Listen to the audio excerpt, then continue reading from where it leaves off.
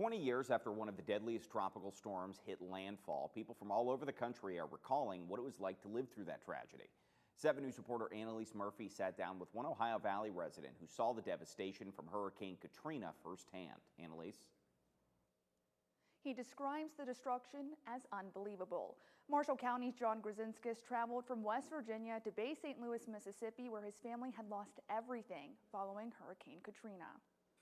Grzinskis' brother, sister-in-law, niece, nephew, and mother all lived in a little town called Waveland, just 2.5 miles from the bay, when the hurricane's ruthless winds and rain made landfall. He says his brother Peter was no stranger to tropical storms. It's just part of life when you live that close to the Gulf. But this one was different. We lost all communication with him after the storm made landfall.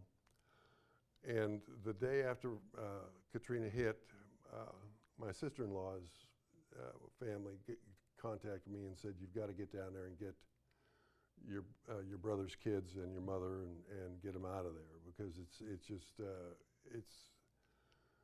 I wasn't prepared for what I saw." Grzinskis, who had worked for the Marshall County Sheriff's Office at the time, immediately made arrangements to go get his family with the help of the National Sheriff's Association. However, he ran into a major problem. Airports, roads, and other modes of transportation had been completely destroyed by the hurricane. The closest he could get to Bay St. Louis was an airport in Tuscaloosa, Alabama. Once he got there, he rented a car and drove the rest of the way. There are just these huge pine forests down there, and they were just, all the trees were just laid, I mean, as far as you could see, all the trees were just laid down as they just blew them over, like someone had just taken their arm and just swept them out of the way.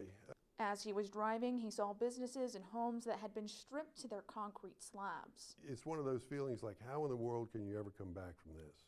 It was a chilling yet hopeful moment when he witnessed what was left in the rubble. What struck me as being so odd is that the church was completely gone. There was a statue of the Blessed Mother that was standing in one corner of the church. It was still there.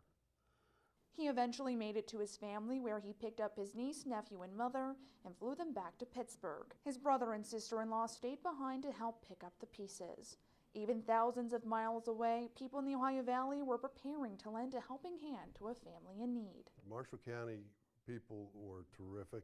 There were so many donations. I mean, every time we'd wake up in the morning, go out on the front porch, there'd be boxes of clothes and things to do, you know. There was somebody even dropped off 2 bicycles.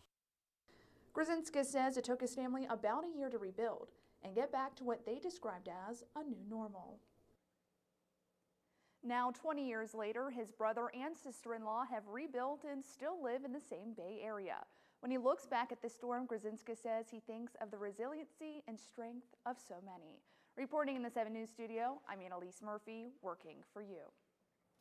Thanks, Annalise.